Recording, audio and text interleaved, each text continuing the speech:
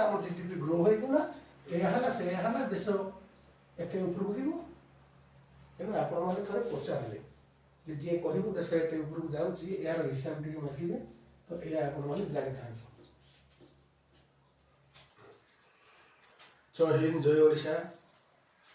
ଆଜି ଆମେ ଗୋଟେ ବହୁତ ଇମ୍ପୋର୍ଟାଣ୍ଟ ବିଷୟ ଗୋଟେ ଆଲୋଚନା କରିବା ଯେଉଁଟା ହେଉଛି କି ଜିଡିପି।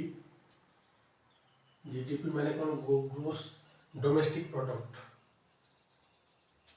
ଏସବୁ ବିଷୟରେ ଆମେ ନିହାତି ଜାଣିବା ଦରକାର। ଏସବୁ ବିଷୟରେ ଆମେ ଜାଣିନାହୁଁ ବୋଲି ଯିଏ ଯାହା କହିଥିଲେ ବି ଆମେ ହଁ ମାରି ଦେଉଛୁ।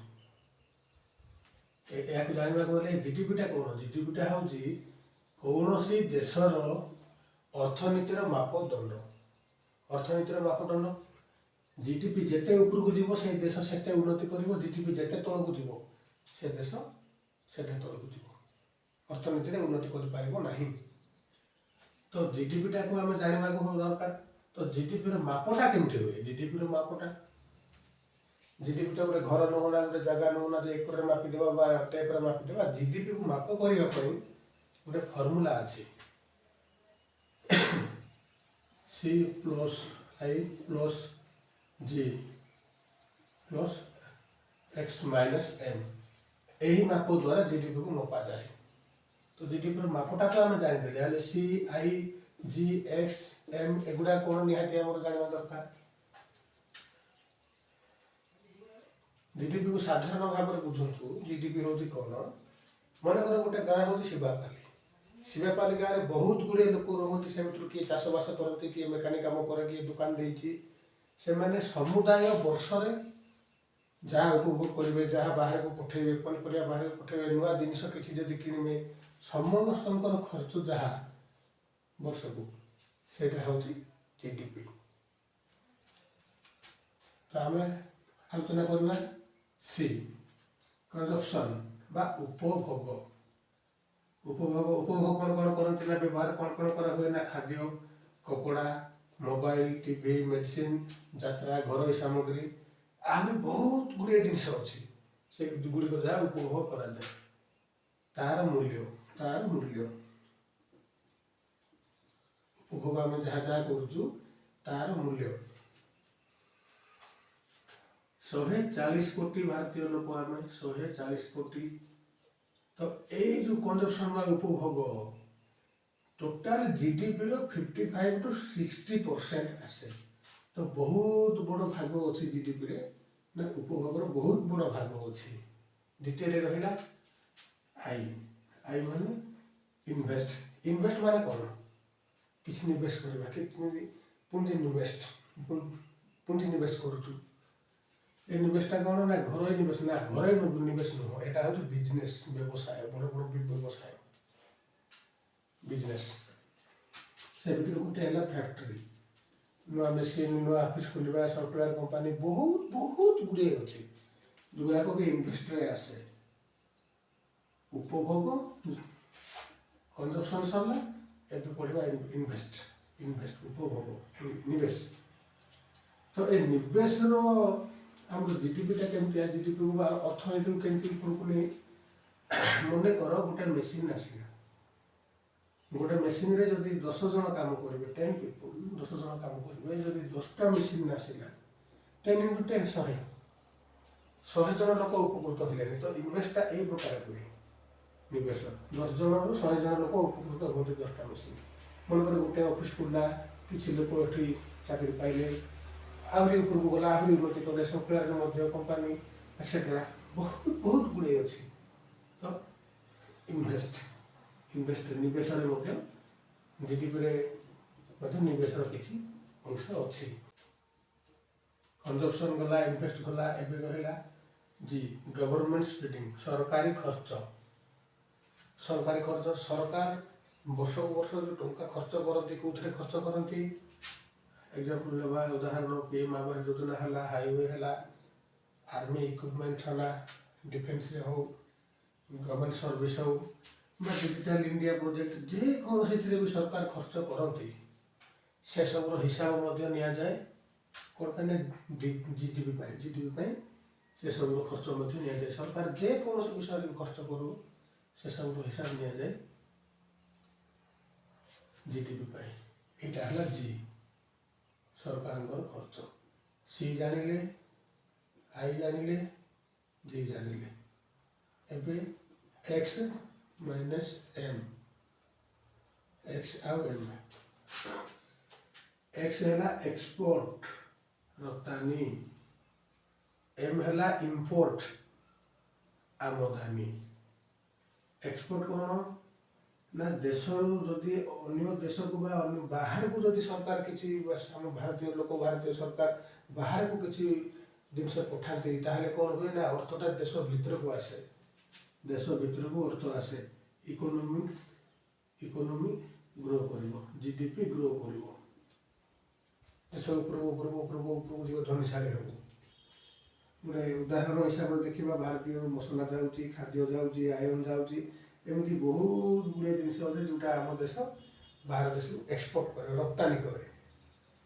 इम्पोर्ट कौन इम्पोर्ट है आमदानी देश अन्य देश ठार आम देशर सरकार अन्य देशर सरकार ठार जोटा किणे अन्य देश ठार किणे मुख्यतः है पेट्रोल टेक्नोलोजी वेपन्स माने मिलिट्री वेपन सरकार आनती आर्मी वा जवान मानकर अस्त्र शस्त्र मिसाइल है ए टेक्नोलोजी है ए गुड़िक जदि बाहर किणला ताहले आम देशर टंका बाहर देश को चली जाए। तो गोटे कथा मन रख जो देशर एक्सपोर्ट सिस्टम बहुत भल एक्सपोर्ट बाहर को रप्तानी कर सिस्टमटा बहुत भल भाव रप्तानी हुए से देश सेते ग्रो करे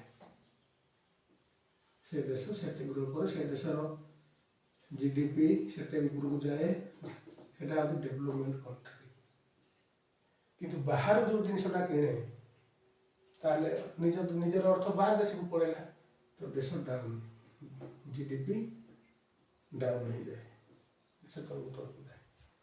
तो यह सब गोटे साधारण हिसाब नहीं कि आम गोटे बुझा मनकर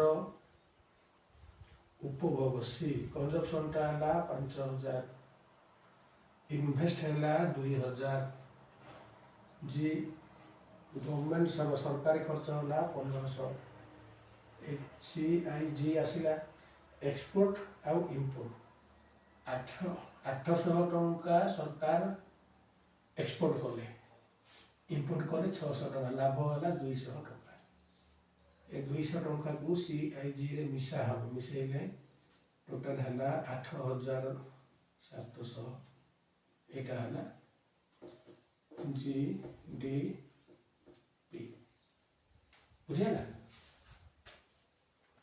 तो जीडीपी माप तो आप जानिले ना जीडीपी माप जीडीपी केमती माप हुए ना C plus I plus G plus X minus M A माप तो हो गला जीडीपी अनुसार बहुत लोग कहे ना मीडिया देखो बहुत लोग जीडीपी बहुत डेभलप कर आईएमएफ रिपोर्ट अनुसार भारतर जीडीपी बहुत ग्रो करुँच नेशनल बैंक इंटरनेशनल बैंक कहूँ भारत विकासशील देश विकास आड़ जाऊँगी नेक्स्ट बिकम सुपर पावर किंतु गोटे स्पष्टीकरण से करूना कौन ना आय बंटन को विभाग रे केते खर्च है तार अंक मिलूची किंतु धनटा किए पाऊँच कहार नजर नहीं सेटा स्पष्टीकरण करा जाऊ नहीं। मन कर गोटे रोड तैयारी होला 100 कोटी टंका 100 कोटी टंका खर्च हम अमाउंट आसला किंतु एक्चुअली केते टंका खर्च रास्ता तैयारी होची केते टंका हेरफेर होची तार स्पष्टीकरण जीडीपी करिवो नाही। अनधिकृत बा इनफॉर्मल इनकम जो घर काम रहा घर कला ब्लैक मनी ए सब मध्य जीडीपी रे देखा जाए नहीं कौन मुख्यतः ब्लैक मनी ए जीडीपी रे धरा जाए नहीं जीडीपी स्पष्टीकरण करे नहीं। परिवेश नष्टीकरण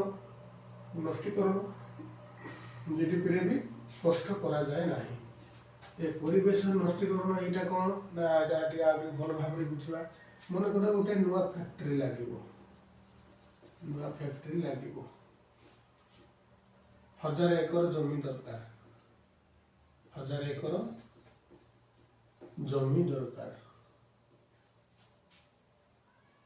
ସରକାର ଜମିରୁ ଦିଆଯିବ, ନଚେତ୍ କୌଣସି ଜଙ୍ଗଲ ପାହାଡ଼ କାଟିକି 1000 ଏକର ଜମି ଦିଆଯିବ। ଫ୍ୟାକ୍ଟ୍ରି ତ ଡେଭଲପ୍ କଲା କିନ୍ତୁ ପରିବେଶ ନଷ୍ଟ ହେଲା ନା। ଏହାର ଅଙ୍କ କେବଳ କହେ ଜିଡିପି, କିନ୍ତୁ ସ୍ପଷ୍ଟୀକରଣ କରି ନାହିଁ ଯେ କେଉଁ ମାଧ୍ୟମରେ ହୋଇଛି। ଗୁଣବତ୍ତାମୂଳକ ଶିକ୍ଷା ଓ ସ୍ୱାସ୍ଥ୍ୟ, ଏଇଟା ମଧ୍ୟ ସ୍ପଷ୍ଟୀକରଣ କରେ ନାହିଁ। କ'ଣ ସ୍ୱାସ୍ଥ୍ୟ ନା ସ୍ୱାସ୍ଥ୍ୟ ବିଭାଗରେ ଏତେ ଟଙ୍କା ଖର୍ଚ୍ଚ ହେଲା ଏ ବର୍ଷ, ଜିଡିପିର ଏତିକି ପରସେଣ୍ଟ, ଯେମିତି ଡିଫେନ୍ସ ପାଇଁ ଖର୍ଚ୍ଚ ହେଉଛି 1.5 to 2% ଟୋଟାଲ ଜିଡିପିର, ନା ଏତିକି ପରସେଣ୍ଟ ଖର୍ଚ୍ଚ ହେଲା ସ୍ୱାସ୍ଥ୍ୟ ପାଇଁ ମଧ୍ୟ, କିନ୍ତୁ ଏହାର ମଧ୍ୟ ସ୍ପଷ୍ଟୀକରଣ କରାଯାଏ ନାହିଁ, କେବଳ ଅଙ୍କ। ତ ଏସବୁକୁ ମାପିବା ପାଇଁ ଆହୁରି ବହୁତ ଗୁଡ଼ିଏ ଅଛି, ନା କ'ଣ GNI gross national income, HDI human development index, GPI genuine progress indicate, green GDP, ଏସବୁ ଭାରତର ଅର୍ଥନୀତିର ମାପଦଣ୍ଡକୁ ମାପିବା ପାଇଁ ଏସବୁ ମଧ୍ୟ ବ୍ୟବହାର କରାଯାଏ, କିନ୍ତୁ ଏସବୁ କେହି କହିବେ ନାହିଁ। କେବଳ କହିବେ ନା ଜିଡିପିଟା ଏତେ ଗ୍ରୋ କରିଛି, ଆମ ଦେଶ ଉପରକୁ ପଳେଇଲା, ସୁପର ପାୱାର ହେଇଯିବ, ଏଇଆ ହେଇଯିବ, ସେଇଆ ହେଇଯିବ, ଏସବୁ ବେକାର କଥା। ଯଦି ବି କେହି କହୁଛି ଆମ ଦେଶ ସୁପର ପାୱାର ହେବ, ଭବିଷ୍ୟତରେ ହେବ, କିନ୍ତୁ ତାକୁ ଥରେ ଏଇଟା ପଚାରିବେ ଯେ ଜିଡିପି ବିଷୟରେ କିଛି କୁହ। GNI, HDI, GPI ଆଉ ଗ୍ରୀନ ଜିଡିପି, ଏ ସବୁର ମାପ ଅଙ୍କକୁ ନେଇକି ହିସାବ କର ଯେ ଆମ ଦେଶ କେତେ ଉପରକୁ ଯାଉଛି। ମୁଁ ହିସାବ କରିଥିଲି, ଜଣେ ସାଧାରଣ ଲୋକ, ଭାରତର ଜଣେ ସାଧାରଣ ଲୋକଙ୍କର ଗୋଟେ ଦିନର ମୂଲ୍ୟ 10 ରୁ 15 ଟଙ୍କା ବି ହେଉନାହିଁ। ଗୋଟେ ଦିନ 24 ଘଣ୍ଟା, 24 ଘଣ୍ଟାର ମୂଲ୍ୟ 10 ରୁ 15 ଟଙ୍କା ହେଉନାହିଁ। ସାଧାରଣ ଲୋକ, ଏମିତି ବି ଲୋକ ଅଛନ୍ତି ଗୋଟିଏ ମିନିଟରେ 50 ରୁ 60 ହଜାର ଟଙ୍କା ଇନକମ୍ ପାଖରେ।